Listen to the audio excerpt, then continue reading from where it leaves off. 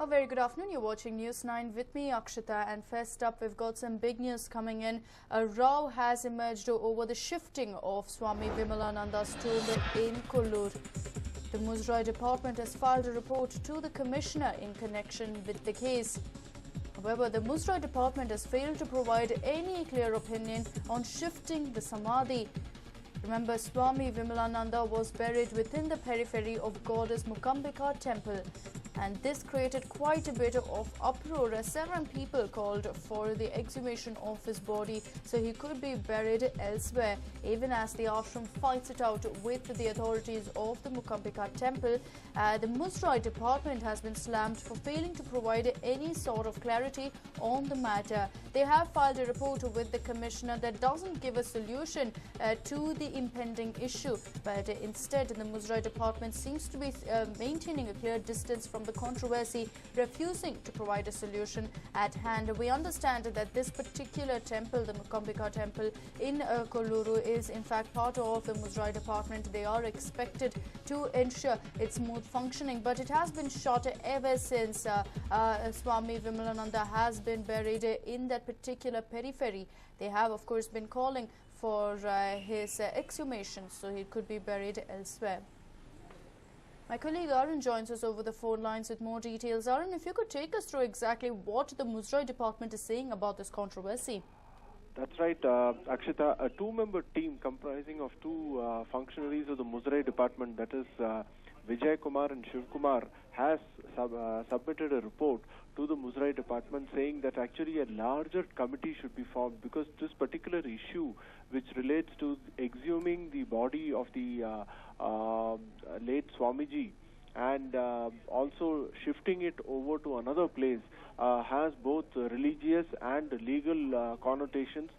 Therefore, it would not be possible for a two-member team to take a call on it, and that's the reason why they have written to the commissioner suggesting that a bigger team comprising of legal and religious experts be formed and they be allowed to take a call.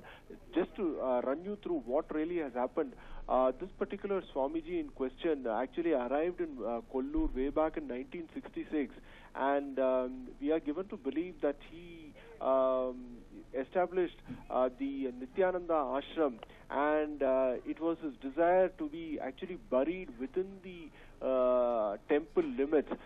Typically what happens is in the temple we have what is called as Jettinagallu, that is 4 pillars or markings actually indicate the limits within which the temple is allowed to function.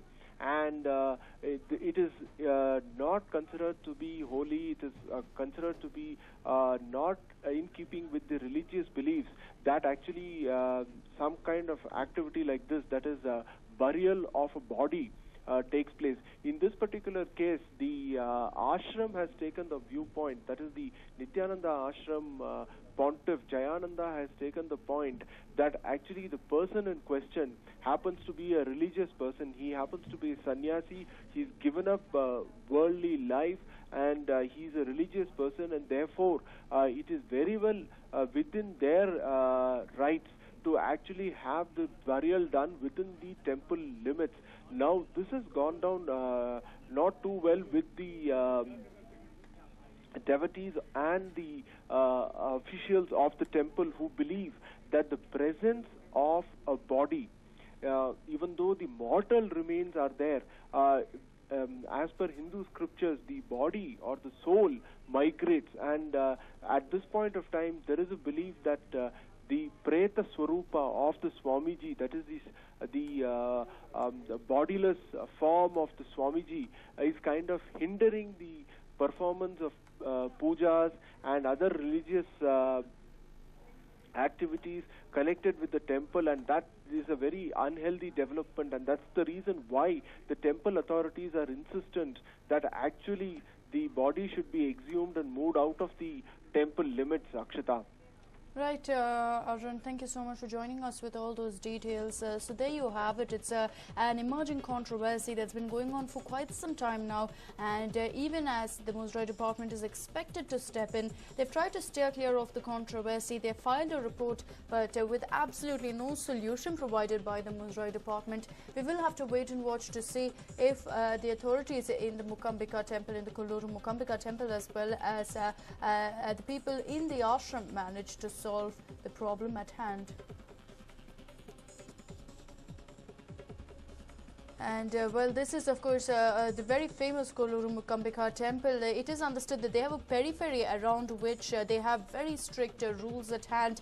It is understood that absolutely no sort of burial can take place within the periphery. Even people who have witnessed a death, who have attended a funeral for quite some time in a certain period of time, are not allowed to enter that particular periphery. So very strict rules at hand. It is understood that that's what makes the temple particularly special.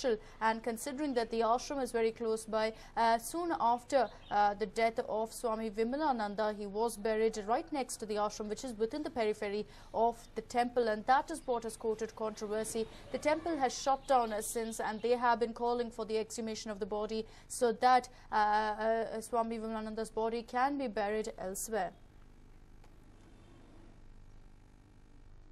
Well, it's more water woes for Bengaluru. Chief Minister Siddaramaiah today said that the water tariff hike is inevitable.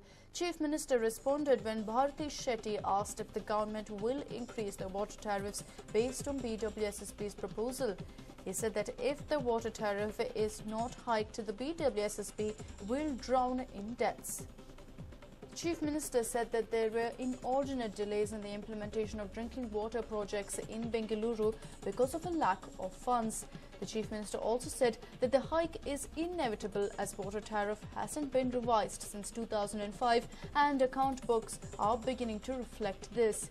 BWSSB has proposed to increase water tariff by 50% for domestic consumers and more than 50% for non-domestic as well as commercial consumers, and hoped the government will at least approve half the quantum. Officials have also said that an increase in operational costs following hikes in power tariff as well as diesel price necessitates the water tariff hike. So, well, there's no doubt now it's only a matter of time before the water tariffs are hiked yet again. Remember, the BWSSB has been discussing this at large. There have been a lot of indicators that we could be looking at a rise in water prices, and with the Chief Minister also going ahead and confirming the same, it's only a matter of time before we look at an increase in the water tariff.